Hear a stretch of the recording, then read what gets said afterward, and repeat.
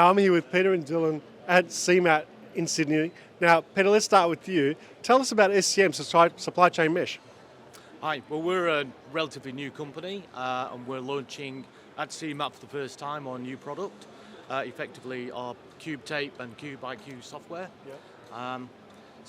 We provide a range of services covering consultancy, supply chain, warehouse DC design, and also a range of systems tailored to the needs of warehousing and supply chain. Fantastic. So what's the response been so far here at CEMAT?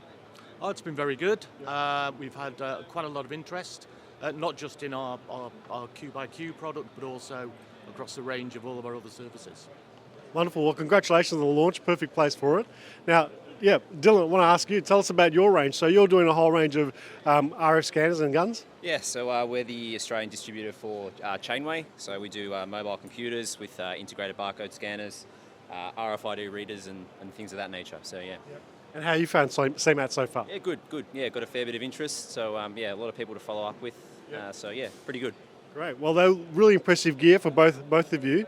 Congratulations on being part of CEMAT and great work on the products. Thank you. All right, cheers, guys. Thank you.